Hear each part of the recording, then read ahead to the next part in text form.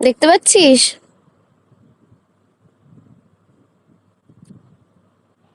না ম্যাম, দেখতে পাইনি।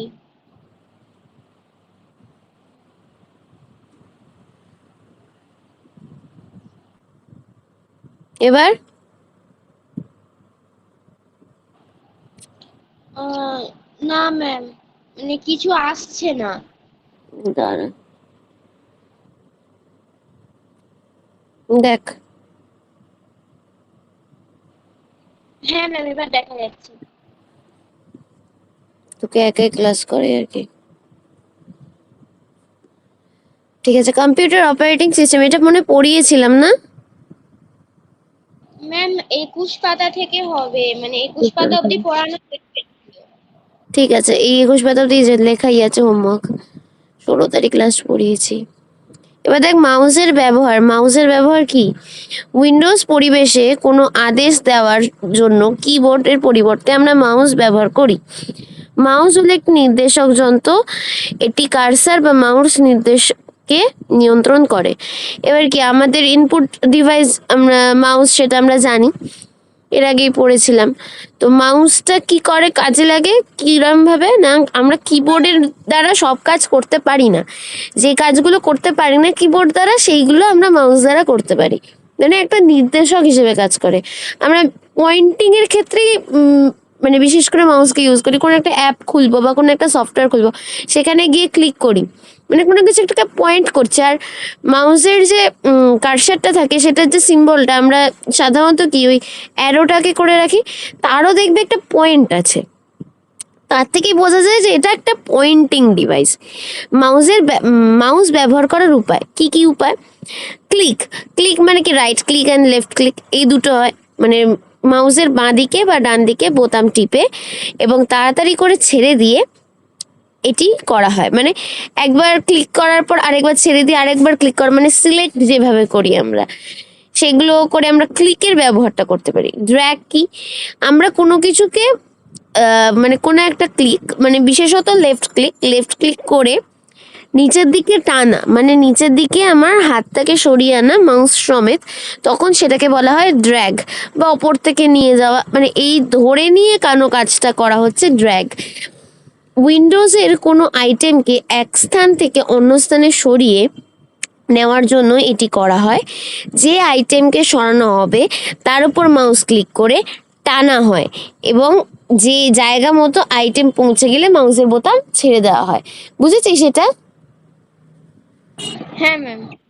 এবার ড্রপ কি? এই যে ছেড়ে দিচ্ছি, ছেড়ে দেওয়াটাই হচ্ছে আমাদের ড্রপ।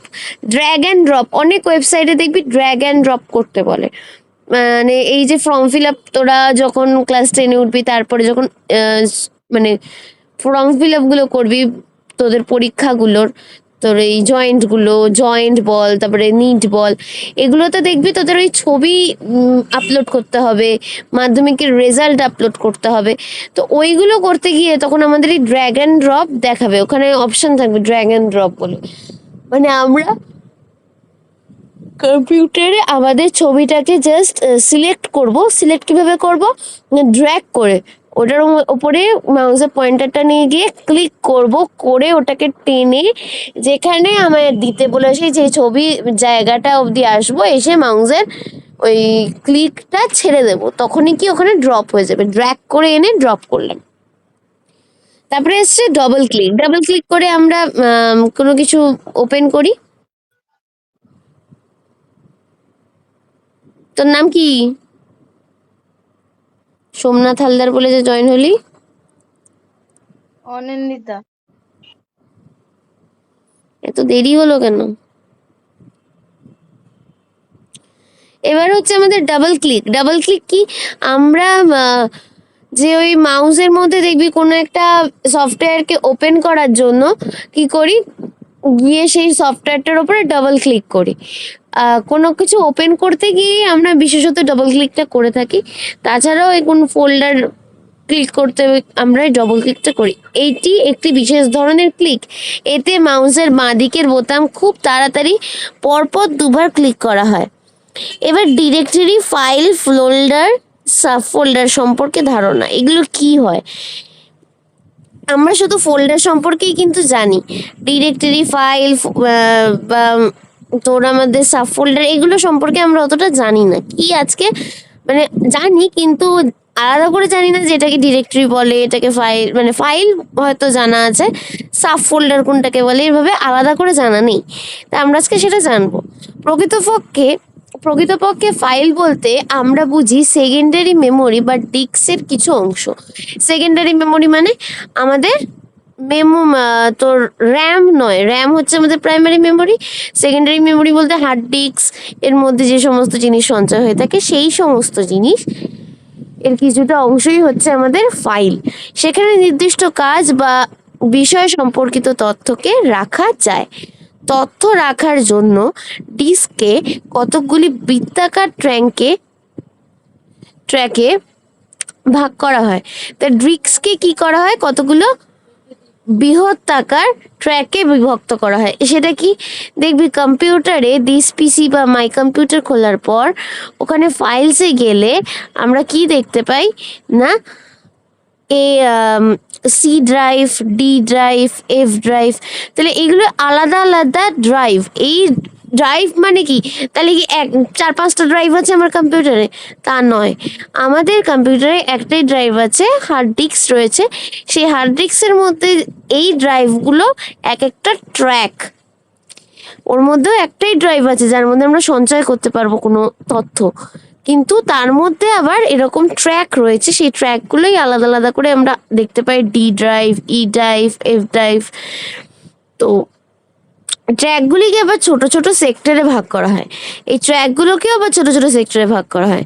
এই সমস্ত সেক্টরে তথ্য থাকে, মানে আমরা ড্রাইভের মধ্যে গিয়েও আবার ছোট ছোট সেক্টর ভাগ করতে পারি। ফাইলের মধ্যে যে সমস্ত রেকর্ড থাকে সেগুলিকে দ্রুত এবং যথার্থভাবে খুঁজে পাওয়ার জন্য ফাইল অর্গানাইজেশনের প্রয়োজন হয়। তাহলে কি হয় না, আমাদের যে ফাইলের মধ্যে যে সমস্ত রেকর্ডস রয়েছে সেই রেকর্ডসগুলোকে খুব তাড়াতাড়ি পাওয়ার জন্য এবং ঠিকভাবে ঠিক জিনিসগুলো পাওয়ার জন্য কি করা হয় না, ফাইল অর্গানাইজেশনের প্রয়োজন হয়।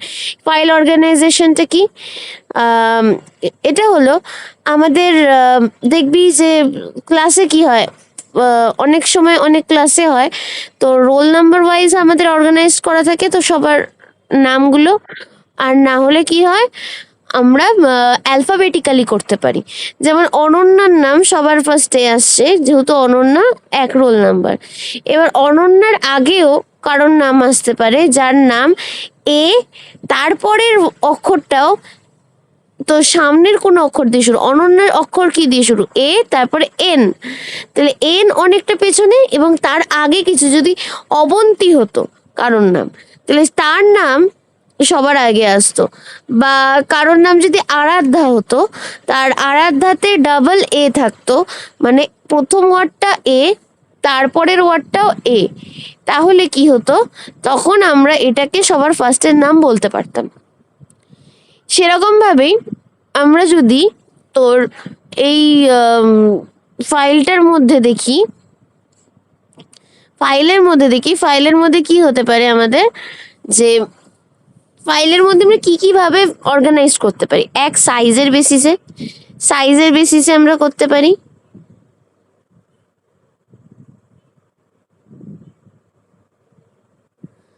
আমরা সাইজের বেসিসে করতে পারি। আমরা তোর শর্ট ইন সাইজ, দেখবি লেখা থাকে সাইডে শর্ট করার কথার অর্থ হচ্ছে যে আমরা কিভাবে দেখব, যে ফাইলটা সবার বড় সেই ফাইলটাকে সবার উপরে দেখব। এই যদি অ্যাসেন্ডিং অর্ডারে দেখি, অ্যাসেন্ডিং কথার অর্থ কি, ছোট থেকে বড়। তাহলে কি সবার প্রথমে আমরা ছোট ফাইলটাকে দেখব, তারপরে আমরা আস্তে আস্তে বড় ফাইলের দিকে যাব। তারপরে আমরা নামের ভিত্তি করেও দেখতে পারি অ্যালফাবেটিক্যালি, যে কোন নামটা এ দিয়ে শুরু সেই নামটা ফার্স্টের দিকে দেখব, যেই নামটা জেড দিয়ে শুরু সেই নামটা আমরা শেষের দিকে দেখবো। এবার নাম আমরা বলছি কেন, ফাইলের নামের ওপর ভিত্তি করে এই অর্গানাইজেশনসগুলো হয়, বা ফাইলের সাইজের ওপর ভিত্তি করে এই অর্গানাইজেশনস হয়। এবার একই রকমভাবে ফাইল কোথায় আছে সেটি বের করার জন্য কোনো নির্দিষ্ট পদ্ধতি থাকা দরকার। এবার ফাইল কোথায় আছে সেটা বুঝবো কি করে, সেটার জন্য একটা নির্দিষ্ট পদ্ধতি দরকার। কিভাবে পদ্ধতি পারবো? তার জন্য কি বলছে, তার জন্য ডিরেক্টরি বা ফোল্ডার ব্যবহার করা হয়। এর জন্য কি হয়, ডিরেক্টরি বা ফোল্ডার ব্যবহার করা হয়। ডিরেক্টরি বা ফোল্ডার আসলে একই বিষয়, ডিরেক্টরি বা ফোল্ডার কি আসলে একই বিষয়। অপারেটিং সিস্টেম অনুযায়ী যেমন ডস, কোথাও ডিরেক্টরি বলা হয় আবার কোথাও ফোল্ডার বলা হয়। তাহলে ডিরেক্টরি আর ফোল্ডার ব্যাপারটা কিন্তু একই, কিন্তু ডস বলে হচ্ছে তোর এই যে অপারেটিং সিস্টেমটা যেটা ওই ব্ল্যাক কালারের ইন্টারফেস হয়, সেইটার মধ্যে আমার কোনো সময় ডিরেক্টরি বলছে, কোনো জায়গায় বলছে ফোল্ডার। একটি ফোল্ডারের মধ্যে যেমন এক বা একাধিক ফাইল থেকে তেমনি এক বা একাধিক ফোল্ডারও থাকতে পারে। তাহলে কি বললো, একটা ফোল্ডারের মধ্যে এক বা একাধিক যেমন ফাইল থাকতে পারে, সেরকম এক বা একাধিক ফোল্ডারও থাকতে পারে। যে কোনো ফোল্ডার আসলে একটি বিশেষ ধরনের ফাইল, তাহলে যে কোনো ফোল্ডারই একটা বিশেষ ধরনের ফাইল। যেখানে তার ভিতর ফাইল সম্বন্ধে নির্দিষ্ট কিছু তথ্য রাখা থাকে। তাহলে কি হয়, ফাইল কি কাজে ব্যবহৃত হয়, যেখানে নির্দিষ্ট কিছু তথ্য থাকে বিশেষ ধরনের, সেটাই তখন একটা ফাইল তৈরি হয়ে যায়। মানে ওরকম নির্দিষ্ট তথ্য একগুচ্ছভাবে যদি রাখি, তখন সেটাকে আমরা ফাইল বলতে পারি। যদিও ফোল্ডার একটি বিশেষ ধরনের ফাইল, তবুও ব্যবহারকারীর সুবিধার জন্য এটি এমনভাবে দেখানো হয় যেমন উইন্ডোজ যেন সত্যি ফাইলগুলি ফোল্ডারের মধ্যে আছে। তাহলে কি হয় না, বোঝার সুবিধার জন্য আমাদের ফাইলগুলোকে এমনভাবে দেখানো হয় যে যেন ফাইলগুলো ফোল্ডারের মধ্যেই আছে।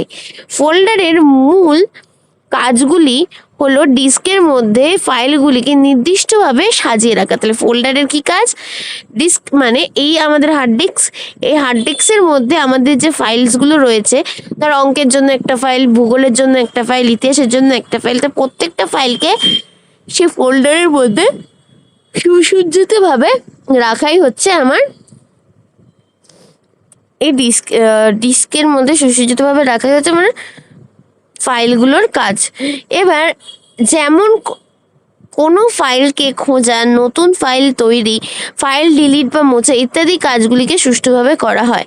তাহলে কি করা হয় না, ফাইল নতুনভাবে আমি ক্রিয়েট করব, মুছে দেবো পুরোনো একটা ফাইলকে, তো সেগুলোকে আমার সুষ্ঠুভাবে করতে সাহায্য করে কে, ফোল্ডারের ভিতর এক বা একাধিক ফোল্ডার তৈরি করলে সেই ফোল্ডারগুলিকে মেন ফোল্ডারের সাব ফোল্ডার বলে। তাহলে সাব ফোল্ডার কাকে বলে এখান থেকে পেয়ে গেলাম। তাহলে সাব ফোল্ডার হচ্ছে ফোল্ডারের ভেতর এক বা একাধিক ফোল্ডার তৈরি করলে তাকে, সেই ফোল্ডারগুলিকে মেন ফোল্ডারের সাব ফোল্ডার বলে। এবার আমরা পড়বো ফাইল ও ফোল্ডার নিয়ে কাজ, কি কাজে লাগে। আবার এখন কি জয়েন করছে,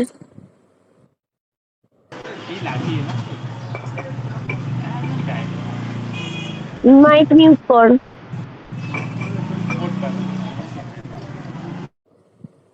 ফাইল ও ফোল্ডারের কাজ কি, ফোল্ডার নিয়ে কাজ, ফাইল ও ফোল্ডার নিয়ে কাজ। ফোল্ডার তৈরি, ডেস্কটপ অথবা মাই কম্পিউটারে ফোল্ডার তৈরি করতে গেলে তাদের ফাঁকা স্থানে মাউসের ডান বোতাম ক্লিক করলে নিউ ফোল্ডার অপশনটি বেছে নিতে হবে। এবার ফোল্ডারটি নির্দিষ্ট নাম দিয়ে এন্টার টিপলে ফোল্ডার তৈরি হয়ে যাবে। কিরাম দেখ, এই যে আমরা এই যেটা হচ্ছে ফাঁকা স্থান, এটা হচ্ছে দেখ উইন্ডোজের যে বক্সটা, মানে উইন্ডোজের বক্স বলতে আমাদের ডেস্কটপ যেটা, সেটা আমরা মানে জাস্ট কম্পিউটারটা ওপেন করলে যেরকম দেখতে পাই ওয়ালপেপার দেওয়া থেকে, এইখানে আমার কি করতে হবে, রাইট ক্লিক করতে হবে। রাইট ক্লিক করলে আমরা কি পাবো, এই একটা ফোল্ডার বলে অপশন খুলবে, দেখ মানে এই বক্সটা খুলবে, এটা অনেক পুরোনো দিনের কম্পিউটারে দেখাচ্ছে, এই বক্সটা খুলবে। তারপরে আমরা এই নিউতে যদি যাই, তখনই আমার একটা নতুন ফোল্ডার ক্রিয়েট হবে। তখন আমি সেখানে গিয়ে যেই নিউ ফোল্ডার ক্লিক করব, তখনই আমার একটা ফোল্ডার, এই দেখ এই যে এরম ফোল্ডার ক্লিক রেডি হয়ে যাবে, নিউ ফোল্ডার দেখ লেখা আছে।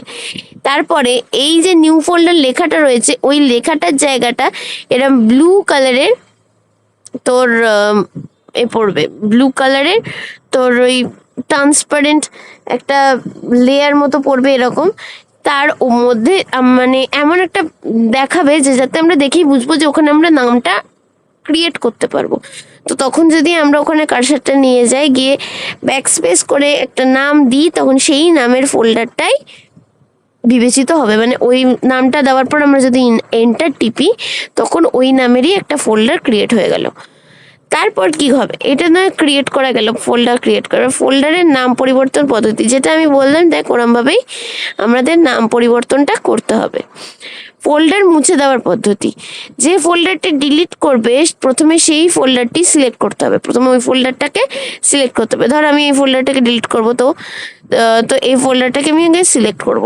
তো সিলেক্ট করার পর আমাকে ডান দিকে ক্লিক করতে হবে মাউসের, মানে রাইট ক্লিক করতে হবে। রাইট ক্লিক করব, রাইট ক্লিক করার পরই আমার নিচের দিকে একটা অপশান আসবে ডিলিট বলে।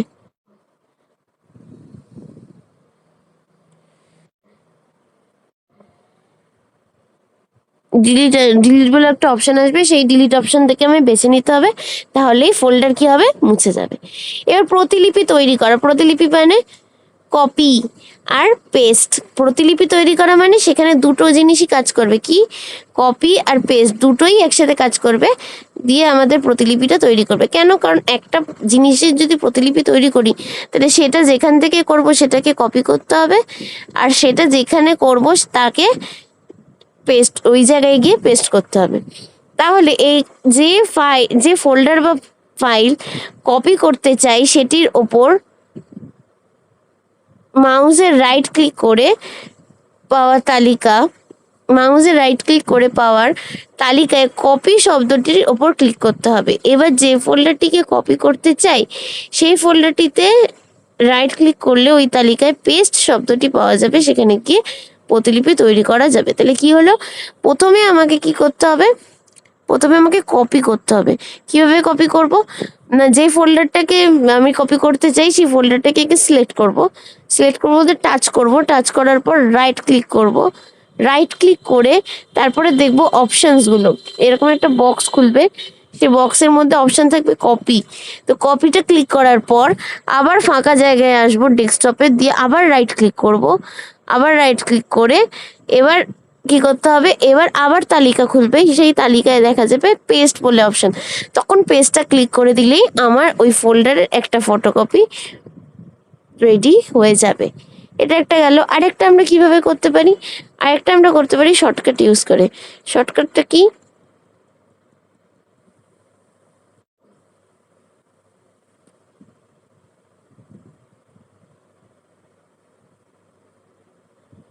শর্টকাট ইউজ করে আমরা করতে পারি, কি কি করতে পারি, কন্ট্রোল+C, কন্ট্রোল+C, এটা আমরা করি কপির ক্ষেত্রে। আর কন্ট্রোল+V, এটা আমরা করি পেস্টের ক্ষেত্রে। এই দুটো দেখে নেই ভালো করে, তারপরে আমি মুছবো।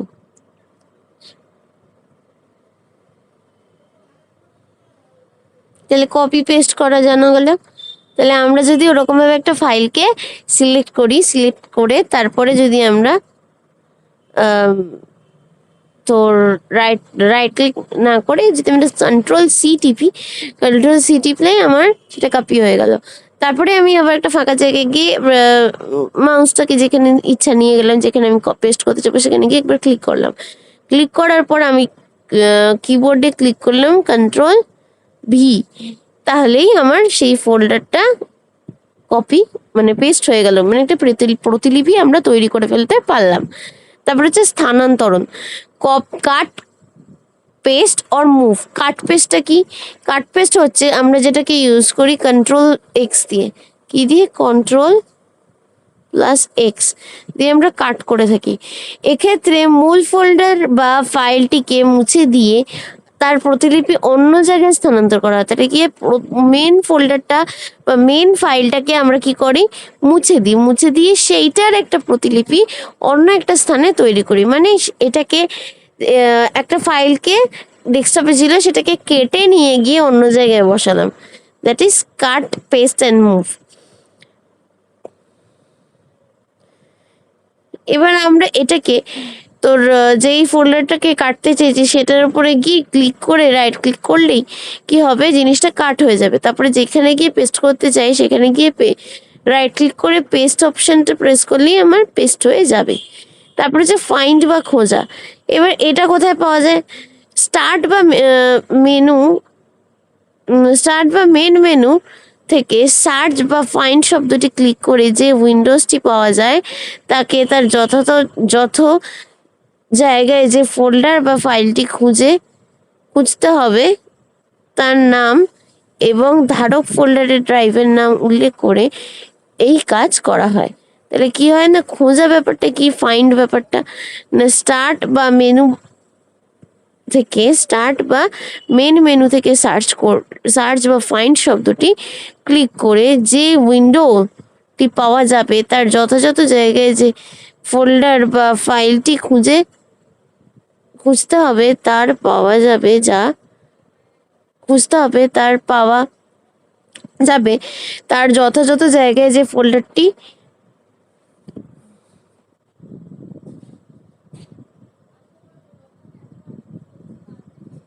তাহলে আমরা কি ওই সার্চ ফোল্ডারে গিয়ে যদি আমাদের মানে যে ফোল্ডারটি খুঁজবো সেই ফোল্ডারটির নাম দিই, ধর বালিগার্লসের নাম দিলাম, সেই বালিগার্লসের নাম দিলে কি হবে, আমার ফোল্ডারটি তারপরে যখন এন্টার প্রেস করবো বা সার্চ করবার জন্য ক্লিক করব তখন সেটা কি আমার চলে আসবে আমার সামনে, মানে ফোল্ডারটি আমার ওপেন হবে। ওপেন যদি করি তাহলে ওপেন হবে, যদি ওপেন না করি তাহলে আমরা দেখতে পাবো শুধু ফোল্ডারটাকে।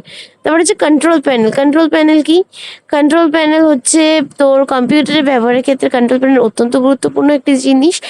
এটা কি করে না, এর মধ্যে থেকে সিস্টেমের সম্পর্কিত বিভিন্ন কাজ করা যায়, যেমন সফটওয়্যার হার্ডওয়্যার যোগ করা বা কোনো কম্পিউটার থেকে সরিয়ে দেওয়া, রিমুভ প্রোগ্রাম, রিমুভ হার্ডওয়্যার, তারপরে ডেস্কটপ, থিম, প্রিন্টার, ডিসপ্লে ইত্যাদি বিভিন্ন প্রপার্টির পরিবর্তন করা যায়। কন্ট্রোল প্যানেল হচ্ছে পুরো কম্পিউটারটাকে কন্ট্রোল করার একটা জায়গা।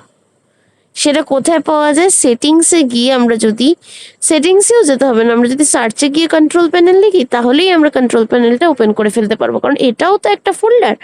কন্ট্রোল প্যানেল খুলতে গেলে টাস্কবারের উপর স্টার্ট বাটন ক্লিক করো, সেটিংয়ে ক্লিক করো এবং কন্ট্রোল প্যানেল ক্লিক করো, সেটিংয়ে ক্লিক করো এবং কন্ট্রোল প্যানেলে ক্লিক করো।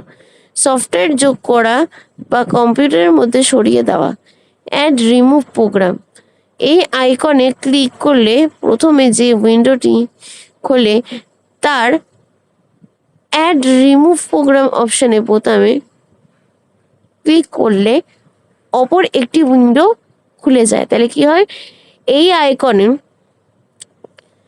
সফটওয়্যার যোগ করা বা কম্পিউটার থেকে সরিয়ে নেওয়াতে রিমুভ প্রোগ্রাম, এই আইকনটাতে যদি আমরা বা এই অপশনটাতে যদি আমরা ক্লিক করি তাহলে আরেকটি উইন্ডো খোলে। এই উইন্ডোটিতে সফটওয়্যার যোগ করা ও বর্তমান সিস্টেম থেকে সফটওয়্যার আলাদা করা, এই দুটির মধ্যে যে কোনো একটিকে পছন্দ করা যায়। এরপর নেক্সট বোতামে ক্লিক করতে হবে এবং নির্দেশাবলী অনুসরণ করতে হবে। হার্ডওয়্যারের যোগ বা পরিবর্তন করা কি?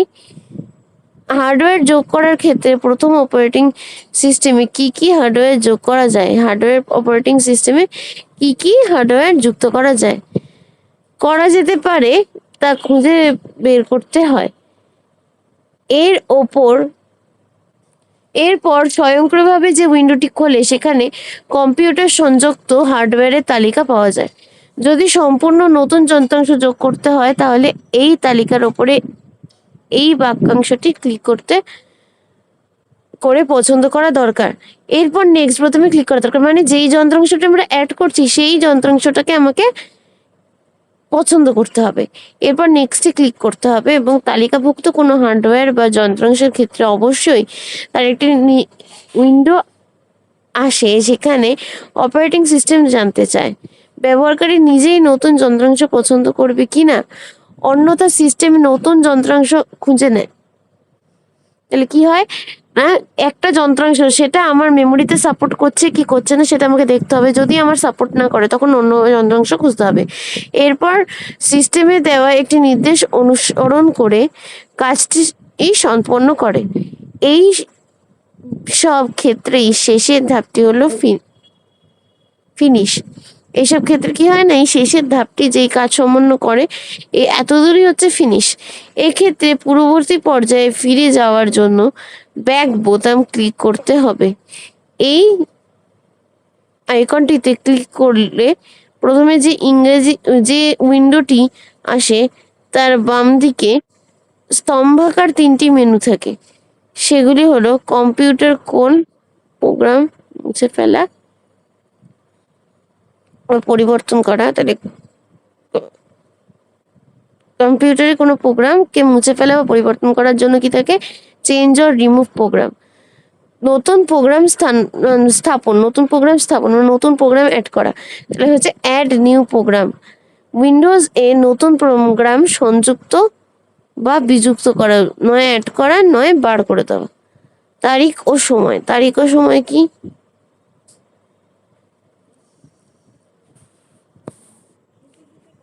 এই আইকনটি ক্লিক করে সিস্টেম এ তারিখ ও সময় পরিবর্তন করা যায়। এটা কোথায় আছে দেখ, এই যে এইখানটা date and time.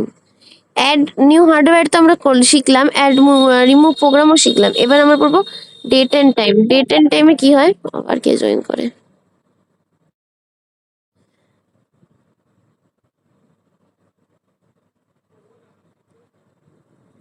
Date and time, date and টাইমে আমরা কি শিখবো? ডেট অ্যান্ড টাইমে আমরা নতুন ভাবে ডেটটাকে চেঞ্জ করতে পারবো। মানে আমাদের ধর কোনো কম্পিউটারকে আমরা বহুদিন আগে খুলেছি, নেটওয়ার্ক কানেকশন নেই, সেই কম্পিউটারে যে হয় এখানে 1 জানুয়ারি 2016 হয়ে বসে আছে। এবার আমার এটা হচ্ছে 2024 সাল, সেখানে আজকে 8ই মে। তো সেটা আমরা আবার ওখানে সেট করে দিতে পারবো, তাহলে জিনিসটা আজকে থেকে আবার ঠিক করে চলবে। ফন্ট, এই আইকনটি থেকে উইন্ডোটি পাওয়া যায়, তার মধ্যে অপারেটিং সিস্টেমের ব্যবহারযোগ্য সমস্ত হরফের ধারণা সম্বলিত নথিগুলি পাওয়া যায় এবং নতুন হরফ যোগ করা যায় বা পুরনো হরফ পরিবর্তন করা যায়। তাহলে কি আমরা ফন্ট স্টাইলে কি করি? নতুন নতুন হরফে লিখি, নতুন নতুন ধরনে লিখি, কিন্তু লেখাটা তো একই থাকে।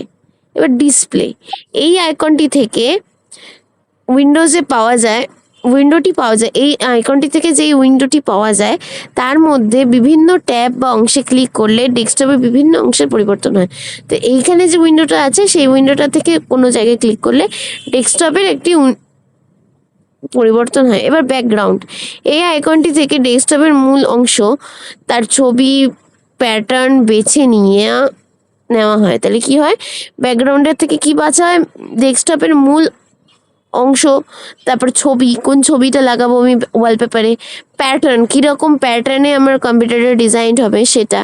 এক্ষেত্রে মেনু থেকে অপারেটিং সিস্টেম প্রদত্ত ছবিগুলো বাইরে কম্পিউটারে, মানে এছাড়া মেনু থেকে অপারেটিং সিস্টেমের প্রদত্ত ছবি, মানে অপারেটিং সিস্টেমে যে কটা ছবি দেওয়া থাকে সেই ছবির বাইরেও অন্য কোথা থেকে কম্পিউটারে ছবিকে সঞ্চিত করা যায় ব্যাকগ্রাউন্ড হিসেবে। এবার হচ্ছে স্ক্রিন সেভার, এই আইকনটি থেকে ইচ্ছা মতো স্ক্রিন সেভার পদ্ধতি পরিবর্তন করা যায়।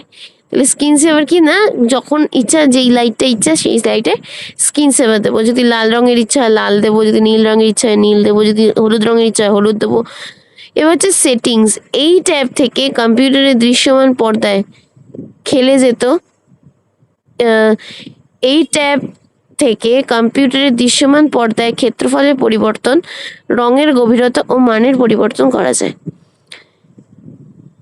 এবার হচ্ছে মাউস, এই ট্যাবের থেকে মাউস গঠন সম্পর্কে জানা যায়, রাইট ও লেফট ক্লিক এই ইত্যাদি সম্পর্কে জানা যায়।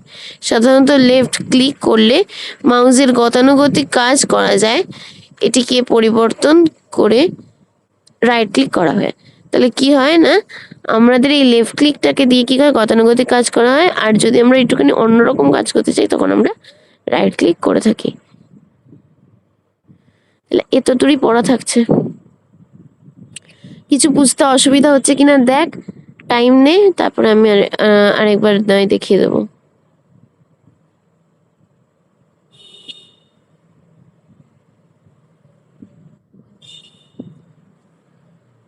কিছু বুঝতে অসুবিধা হলে আমি বল।